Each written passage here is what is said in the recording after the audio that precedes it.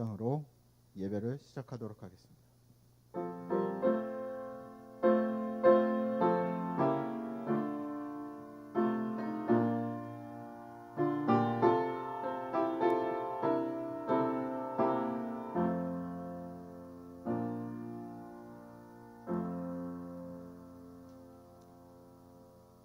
찬미 164장 찬미 164장 예수 사랑하심은.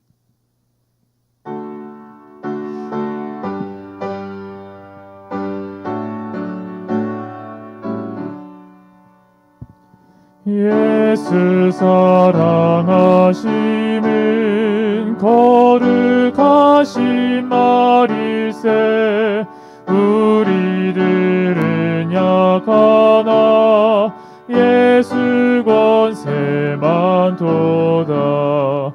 날 사랑하심, 날 사랑하심, 날 사랑하심, 성경에 쓰셨네. 나를 사랑하시고 나의 죄를 다 씻어 하늘 문을 여시고 들어가게 하시네. 날 사랑하심, 날 사랑하심, 날 사랑하심, 성경에 쓰셨네.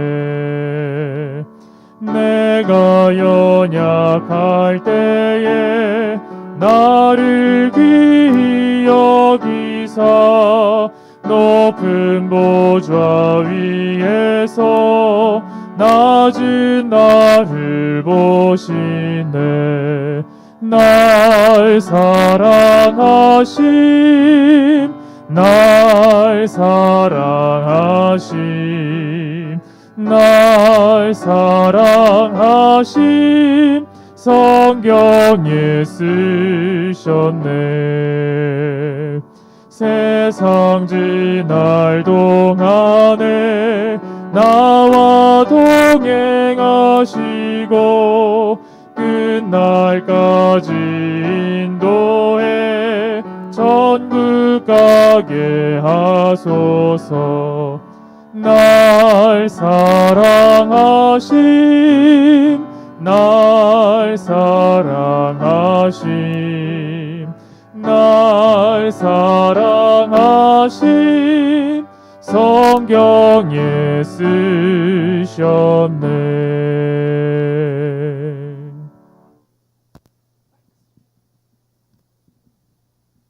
저희를 사랑하시고 사랑 가운데 함께 해주시는 하나님 아버지 감사드립니다. 코로나와 추위로 힘든 한 주를 보내고 아버지의 말씀과 찬양으로 안식일을 맞이할 수 있게 해주셔서 그 또한 감사드리옵니다.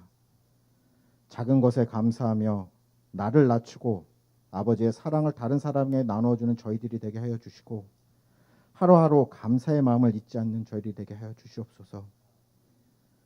오늘 졸업식을 맞이한 졸업생들을 기억해 주시고 사회 첫 발을 내딛는 발걸음마다 아버지의 축복에 함께 해주시고 아버지의 천사로 그 학생들을 지켜주시옵소서. 저희 대학의 축복을 더해 주셔서 아버지가 세우신 목적을 잊지 않게 하여 주시고 아버지의 대학으로서 말씀의 반석에 세울 수 있는 대학이 되게 축복 내려 주시옵소서. 아프고 힘든 아버지의 자녀들에게 주의 손길을 더해 주시고 그 가정에 행복과 사랑이 넘치는 가정이 될 수 있게끔 더욱더 축복 내려 주시옵기를 예수님의 이름으로 간절히 기도드리옵니다. 아멘. 오늘은 우신영 목사님께서 말씀해 주시겠습니다.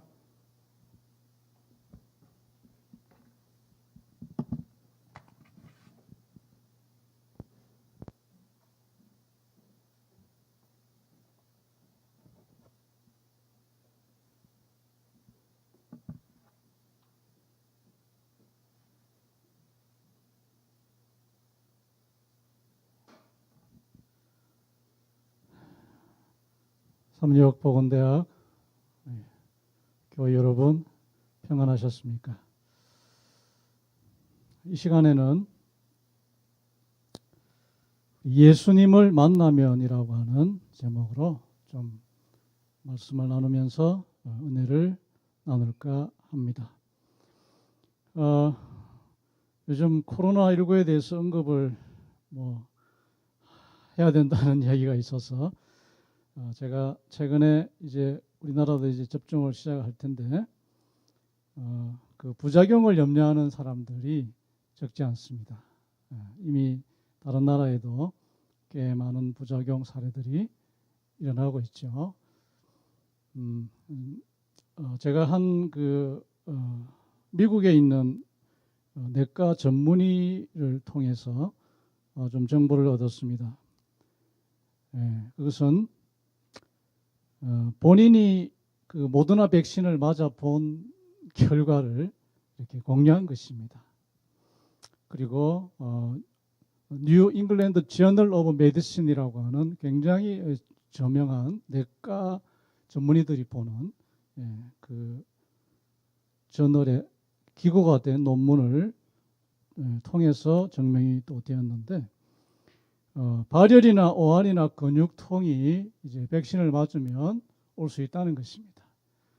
그러나 그 증상이 가벼우면, 즉 전신 증상이 아니면 얼음찜질이 좋은 것입니다. 그것은 우리 오래전부터 우리가 사용하고 있는 방법이죠. 그러나 전신으로 그런 증상이 온다면 디클로페낙이나 아이브로펜 같은 진통 소염제가 있습니다.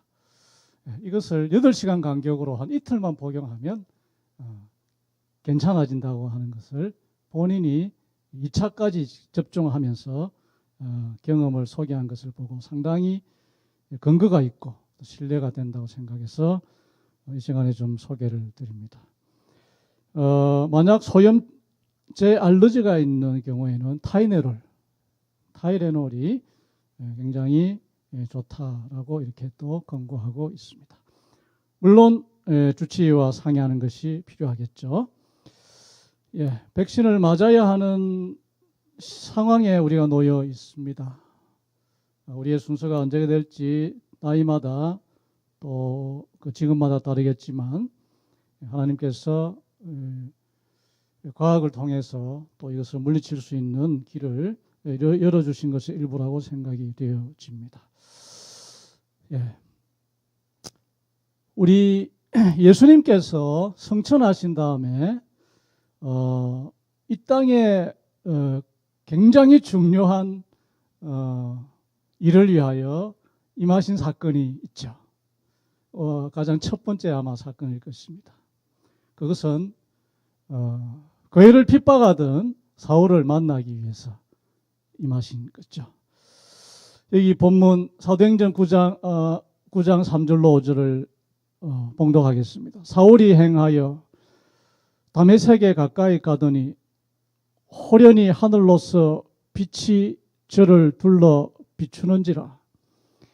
땅에 엎드러져 들음에 소리 있어 가라사대 사울아 사울아 내가 어찌하여 나를 핍박하느냐 하시거늘 대답하되 주여 니시오니이까 가라사대 나는 내가 핍박하는 예수라. 예수님은 천사를 보내실 수도 있었고 인간 대리자를 사용하실 수도 있었지만 사울의 경우에 있어서는 좀 예외를 두셨습니다. 왜냐하면 사울을 변화시키는 것이 예수님이 하늘에 성천하신 이후에 이 땅에 복음이 전파되는 일에 너무나 중요했기 때문에 그렇습니다. 예수님은 사울을 변화시켜서 제자로 만드는 것이 남겨진 12제자들에게도 굉장히 중요한 영향을 미칠 거라는 것을 아셨고 사울을 제자 만들기를 원하셔서 그렇게 하신 것입니다. 마찬가지로 오늘 저와 여러분도 예수님께서 제자를 삼기를 원하십니다. 제자가 어떻게 됩니까?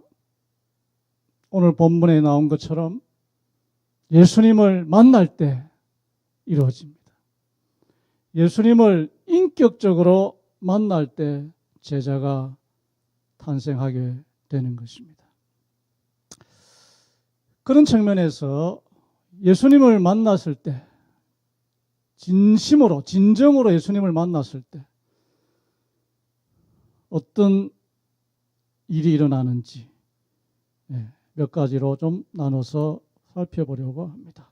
첫째는 예수님을 만나면 그동안 자기가 잘못 살아왔다는 것을 깨닫게 됩니다. 사울 앞에 나타난 예수님이 하신 말씀은 사울에게 뭐였습니까? 네가 나를 뭐 하느냐예요? 핍박하느냐입니다. 사울은 자기가 하나님을 위하여 굉장히 열심히 충성을 다하고 좋은 일을 하고 있다고 자부심을 가지고 밤낮을 가리지 않고 뛰어다니는 사람이었습니다.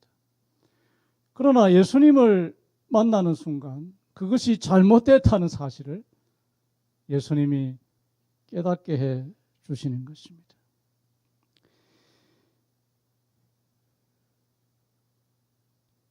예수님이 자신이 핍박을 받고 있다고 말씀했을 때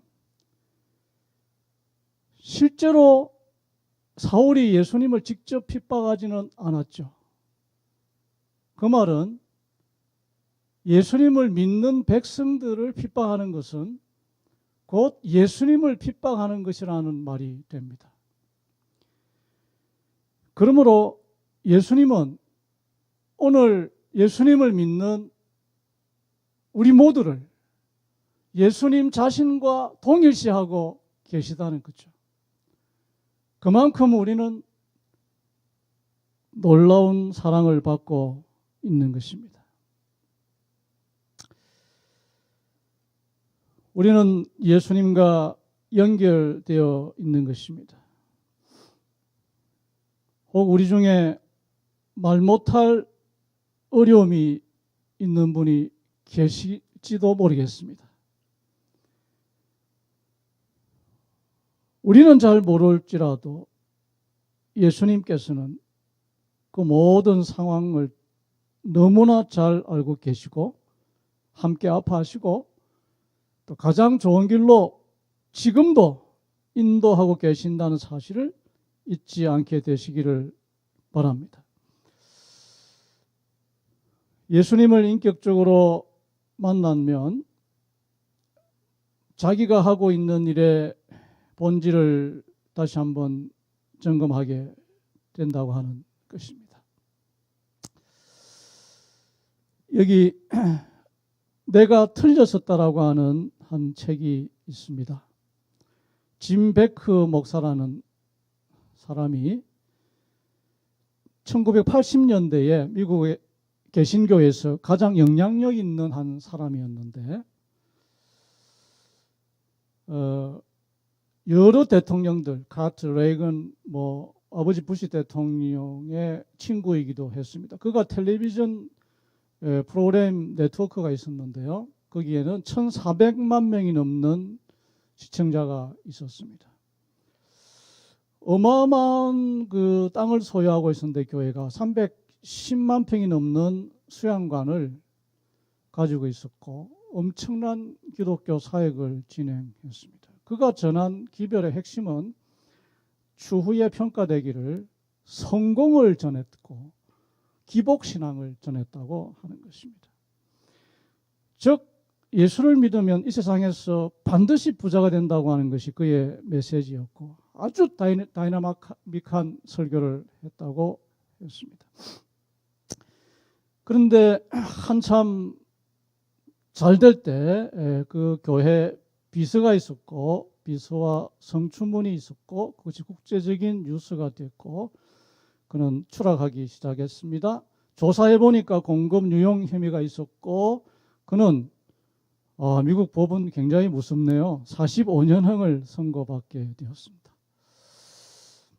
그래서 감옥에 있는 동안 그가 가지고 있던 모든 재산은 다른 사람에게 넘어가고 재산을 잃고 소송에 패해서 2천억이 넘는 채무를 졌고 이혼하게 되고 아내는 그의 친구와 결혼하게 되고 딸은 물푼이 되고 아들은 학교를 중퇴하고 마약하고 술을 하고 다행히 공급 유용 혐의에 대해서 무죄 판결을 받고 감형이 돼서 4년 6개월 만에 출소하게 되었습니다. 그가 4년 6개월 동안 성경을 감옥에서 제대로 읽게 된 것입니다. 그러면서 인격적으로 예수님을 다시 제대로 만나게 되고 나서 쓴 책이 I was wrong, 내가 틀렸었다라고 하는 책이죠. 그 책에 이렇게 말했습니다. 나는 내가 몇 년 동안 진정한 복음이 아니라 하나님은 우리가 부자가 되기를 원하시고 크리스천들은 하나님의 자녀 곧 왕의 자녀들이라 주장하면서 왕의 자녀들이 이 세상에서 최고의 것을 가지지 말아야 하느냐고 묻는 등 협잡 복음을 선전하는 데 기여했다는 것을 깨달았다. 나는 성경을 공부하면서 성공 복음이 성경의 말씀의 방향과 일치하지 않는다는 것을 인정해야만 했다. 내가 많은 사람들을 잘못 인도했다는 것을 깨닫고는 마음이 무너졌다. 비록 나는 예수님을 따르기로 약속했지만 주님의 방식으로보다는 내 방식으로 하기를 원했다. 나는 그분에게 내 삶을 바쳤지만 여전히 내가 나의 삶을 조정하고 있었다. 나는 한때 하나님이 나를 버리셨다고 생각했다. 나는 내가 주님을 위해 사역을 하는 날이 끝났다고 생각했다. 나는 다시는 설교를 할 수 없을 것이라고 생각했다. 내가 틀렸었다.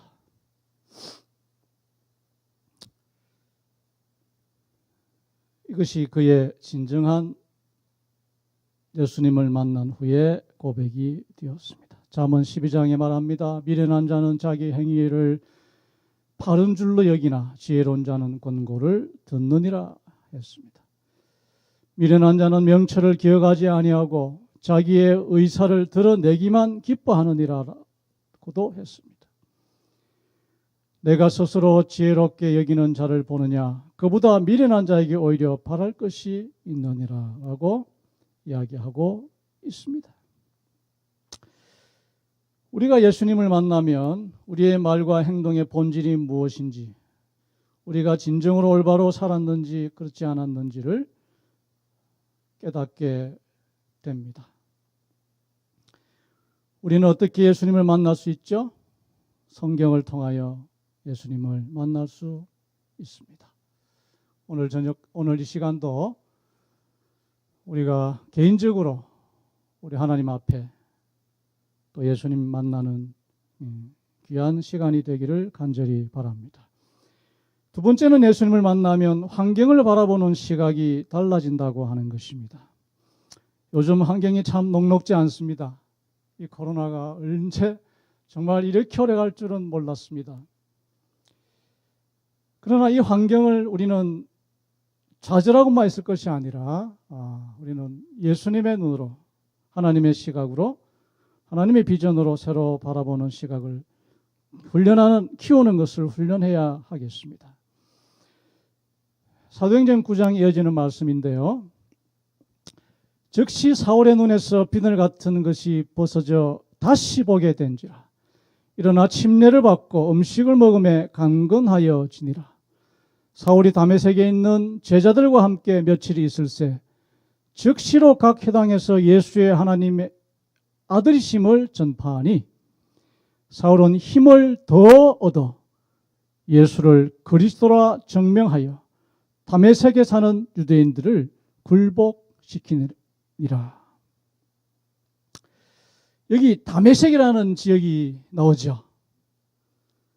이 다메섹은 결코 전도하기가 쉬운 곳이 아니었습니다. 아주 문제를 일으키는 사람들이 많은 곳이었습니다. 생각하면 기분이 나빠지는 그런 곳이었습니다. 그런데 사울이 예수님을 만난 후에 다메섹은 그의 선교지가 된 것입니다. 우리는 우리의 대학이 선교지입니다. 정말 다메섹에 비하면 너무나 좋은 여건을 많이 가지고 있는 선교지죠. 우리가 하나님의 눈으로 환경을 보지 못하면 우리는 부정적이거나 낭망하게 됩니다. 연말 정산을 맞이해서 어떤 사람이 재미있는 세금 이야기를 썼습니다. 태어났더니 주민세, 살았을 때 줬더니 정려세, 죽어서 줬더니 상속세, 피땀 흘려 노동했더니 갑근세, 힘들어서 한 대 물었더니 담배세, 퇴근하고 힘들어서 한잔했더니 주류세, 아껴 쓰고 저축하니 재산세, 북한 때문에 불온하니 방위세, 황당하게 술에 붙는 교육세, 화장품에 붙는 농어촌 특별세, 월급 받아보니 소득세, 장사하려고 차 샀더니 취득세, 차 넘버를 다니 등록세, 월급 주행이 못해서 회사 차렸더니 법인세, 껌 하나 사 먹으면 소비세, 집에서 가만히 누워 쉬어도 전기세, 수도세, 전기 많이 쓰니 누진세, 배가 아파서 화장실에 가니 환경세, 좀 있는 양반들은 탈세, 이런 이야기입니다. 제가 이 끝에 좀 붙였습니다. 세상이 이러니까 재림 신자는 믿고 맡기세. 주를 믿고 따르면 만만세. 이렇게 좀 붙여봤습니다. 탈세는 안 해야 되지만 절세는 필요하겠죠. 요즘 다들 코로나뿐 아니라 코로나와 연관되어서 너무나 힘들다고 한 이야기가 계속해서 나오고 있습니다. 현재 처한 어렵고 힘든 환경이 쉽고 편한 환경으로 빨리 좀 바뀌었으면 좋겠다는 소원이 이구동성으로 나오고 있습니다. 그런데 그런 일은 좀처럼 우리의 생각대로 잘 되지 않습니다. 그렇다면 우리는 재림신자로서 어떻게 살아야 할까요? 예수님이라고 하는 창을 통해서 세상을 보자는 것입니다. 이 환경을 보자는 것입니다. 그런 삶을 살았던 대표적인 사람이 많겠지만 한 사람만 예를 들면 여러분이 너무나 잘 아시는 요셉이죠. 창세기 45장의 끝에 있는 부분만 보시면 그런즉 나를 이리로 보낸 자는 당신들이 아니요 하나님이시라. 요새가 원치 않는, 그리고 예상할 수 없는, 그리고 마음대로 안 되는, 어쩌면 끝날 듯 끝나지 아니하는 자기 앞에 이어지는 그 기구한 환경 앞에서 부정적이거나 좌절하지 않았습니다. 하나님의 계획이 있을 것이다. 하나님의 비전이 여전히 이루어지고 있다. 믿음을 가지고 형들이 자기를 보낸 것은 분명한 환경이지만 그는 해석을 다르게 했습니다. 하나님이 나를 보내셨다는 거죠. 자기 인생이 왜 그렇게 꼬였는지 처음에는 잘 몰랐습니다. 그러나 요셉은 매 순간 무릎을 꿇고 하나님이 무엇을 나를 통해 원하시는지를 알기를 원했던 거죠.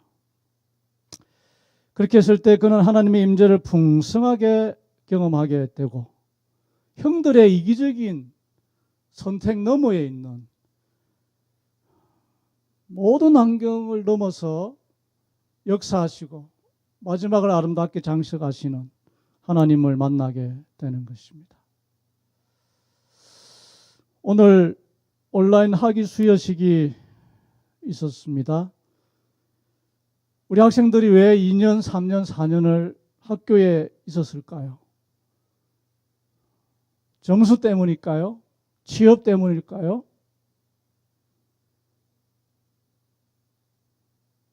교직원들께서는 왜 지난 6일 동안 열심히 일하셨습니까?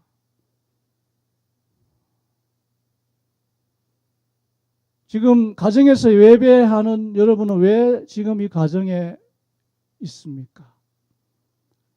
거기서 태어나고 결혼했기 때문인가요? 그것은 우리가 보이는 환경입니다. 그러나 그리스도인은 보이지 아니하는 하나님의 섭리를 볼 수 있어야 합니다. 학생들도 단순히 성적이나 자격증이나 졸업장이 아니라 그들의 인생을 인도하시고 지도하시고 하늘까지 데리고 가시려고 하는 하나님의 큰 그림을 이 대학에서 조금이라도 경험했으면 하는 바람이 있습니다. 한 일화가 있습니다. 이 사진에 나오는 사진은 루즈벨트 전 미국 대통령이죠. 그는 소아마비를 앓았지만 역사상 전무후무한 사선 대통령이었습니다. 그 가운데는 미국에 엄청 어려운 대공황이 있었고 2차 세계대전도 있었습니다. 정말 녹록지 않은 환경이었습니다. 그가 어느 날 주간지를 읽다가 깜짝 놀라게 되죠. 자기에 대해서 형편없는 술주정뱅이라고 하는 기사가 실린 것입니다. 언론의 자유가 있어서 대통령에게 이렇게 표현을 했던 것 같습니다. 그러나 굉장히 기분이 언짢았고 비서관을 불러서 이 상황을 어떻게 처리해야 할지 의견을 구했습니다. 비서관이 당장 잡지사 사장과 기자를 불러서 처벌하자 했지만 루즈벨트는 그것은 권력의 남용이다라고 잠시 생각을 하고 정식으로 법원에 고소를 하자라고 제안을 합니다. 그리고 명예훼손으로 손해배상을 청구하겠다 했습니다. 비서관이 꼭 그렇게까지 하실 필요가 있습니까 했지만 대통령은 그렇게 하자고 했습니다. 얼마 뒤 재판이 열렸고요. 많은 방청객이 법정에 왔고요. 대통령에 대한 명예에 예민한 사안인 만큼 판사가 신중하게 신문하고 배심원들과 논의한 끝에 결론을 내렸습니다. 귀 잡지사의 기사는 허위로 판명이 내려졌고 개인의 명예를 훼손하는 것이 인정되는 바 기사는 대통령에게 손해배상을 지불하시오. 판결이 내려졌습니다. 많은 사람들이 수긍을 했습니다. 그러면서 이제 이 잡지사가 문 닫겠구나 그렇게 생각했습니다. 그때 판사가 이렇게 말합니다. 대통령이 본인이 당사자죠. 본인이 요구한 손해배상금을 알려주겠습니다. 다들 귀를 쫑긋 세웠습니다. 1달러입니다. 이렇게 했습니다. 방청객에서 아주 놀랐습니다. 정말 1달러입니까? 예, 1달러입니다. 그때 루즈벨트 대통령이 말했습니다. 나에게 손해배상금은 의미 없습니다. 중요한 것은 진실입니다. 그리고 그 진실을 판단할 수 있는 것은 권력이 아니고 사법부의 재판이라는 것이 중요합니다. 이제는 진실이 밝혀졌으니 나는 만족합니다. 루즈벨트는 자기의 명예를 지켰고 진실이 밝혀졌기 때문에 재산, 재물은 아무 의미가 없다고 생각한 것입니다. 우리는 지금 환경을 힘들어 할 수 있지만, 그래서 좀 더 나은 세상을 기대하지만, 물론 그것도 필요하지만, 지금 이런 상황에서도 하나님은 여전히 우리와 함께 하고 계시고, 우리가 무엇을 해야 될지를 개인적으로 말씀해 주시고 있다 하는 것입니다. 실물교훈에 이렇게 기록하셨죠.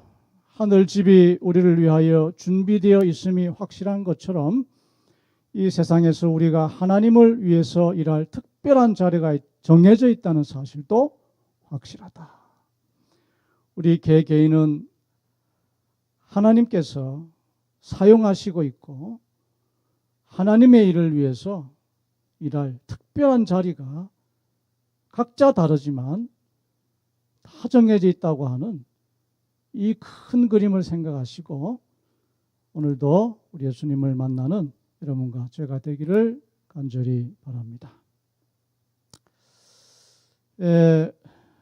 뉴턴이 좀 힘든 시기를 보내면서 존 뉴턴이 이렇게 시를 썼죠. 여러 가지 어렵다는 이야기를 하면서 끝에 가서 내가 그분 안에서 행복할 때면 12월도 5월처럼 유쾌해진다. 즉 예수님 안에 있으면 행복해지고 지금 2월도 그죠? 지금 코로나가 있는 추운 2월도 유쾌해진다라고 영감의 시를 썼습니다. 마지막 세 번째는 예수님을 만나면 교회를 만나게 되죠. 그리고 하나님의 백성들을 만나게 되죠. 그리고 사명을 깨닫게 됩니다. 우리 대학도 마찬가지죠. 각자 예수님을 만난 사람들이 또 교회라고 하는 공동체를 품고 있고 또 그것이 확대되어서 우리는 대학이라고 하는 큰 기관을 소유하고 있습니다. 우리가 필요한 것은 만남입니다. 끊임없이 우리는 오늘 저녁에도 다시 한번 과연 누구를 만날 것인가를 기억해야 하겠습니다. 사도행전 9장 6절에 이후로 기록하셨죠. 내가 일어나 성으로 들어가라 행할 것을 내게 이를 자가 있느니라 하시니 그때에 다메섹에 아나니아라는 제자가 있더니 주께서 환상 중에 불러 가라사대 아나니아야 하시거늘 대답하되 주여 내가 여기 있나이다 하니 주께서 가라사대 일어나 집가라 하는 거리로 가서 유다 집에서 다소 사람 사울이라 하는 자를 찾으라 저가 기도하는 중이라. 바울이 예수님을 만난 이후에 그가 사역을 시작하기 전에 그는 아나니아를 만나게 됩니다. 이것이 교회의 시작이죠. 두세 사람이 모인 곳에 우리 주님이 함께 하신다고 하는 것. 그 두 사람은 교회에 필요한 충분 숫자가 되었던 것입니다. 사울이 사도행전 22장 10절에서 주님 내가 무엇을 해야 할까요?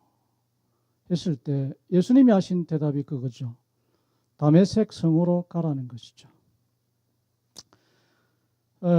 예수님이 직접 너는 이런 일을 하게 될 것이다 라고 말씀하지 않고 아나니아를 통해서 말씀하셨다는 것입니다. 그것은 바로 예수님이 일하시는 방법이죠. 예수님은 사람과 함께 일하시고 예수님을 만난 사람과 함께 일하시고 그런 사람들과 함께 일을 하시는 것이죠. 그래서 우리는 공동체가 필요한 것입니다. 하나님의 백성이 될 때 그것은 교회가 되는 것입니다. 그리고 그런 개개인이 성전이 될 때, 개인의 삶이 성전이 될 때 교회가 되고 그런 교회, 개인의 교회들, 내가 교회입니다. 그죠? 그리고 우리가 모이면 교회입니다. 그런 우리가 모여서 더 큰 기관을 형성하게 되는 것이죠. 그것이 사울이 예수님을 만났던 경험이었습니다. 사도행적 122페이지에 중간부터 보겠습니다. 인간의 계명과 구원을 위해서 당신께서 정하신 방법을 존중히 여기시고 당신께서 세상의 빛의 통로로 만드신 교회로 죄인들을 인도하신다. 이것이 하나님의 정하신 방법입니다. 그래서 우리는 서로를 위해서 기도해야 하고 믿음 안에 바로 서도록 격려해야 하고 우리 한 사람 한 사람이 똑바로 하나님께 앞에 서서 교회가 되고 그런 교회가 우리 그런 교회들이 모여서 대학을 이루게 될 것입니다.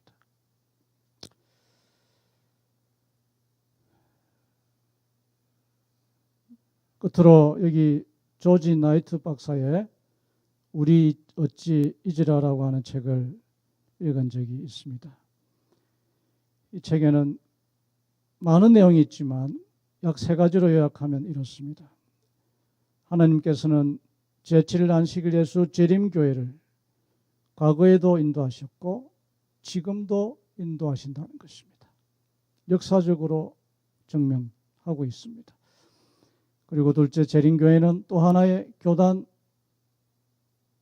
정도가 아니고 예언운동, 성경의 마지막 예언운동을 주도하는 백성이라는 것입니다. 운동이라는 것입니다. 마지막은 21세기의 이 교회가 당면한 가장 큰 위험은 이 교회가 자신의 정체성을 잃어버리고 그 존재 목적과 이유를 망각하는 것이 될 것이다 라고 설파하고 있습니다. 참으로 중요한 요약이 아닐 수가 없습니다. 이 시간은 다시 한번 우리가 누구를 만나야 할까요? 이제 한 주간의 모든 일을 정리하면서 다시 우리 예수님을 진심으로 다시 만나게 되시고 우리의 삶을 다시 바로 세우고 환경을 넘어서 주님의 계획을 바라보고 가족이라고 하는 교회를 만나고 또 사명을 깨닫는 귀한 저녁이 되기를 바라면서 말씀을 줄이겠습니다. 기도하겠습니다.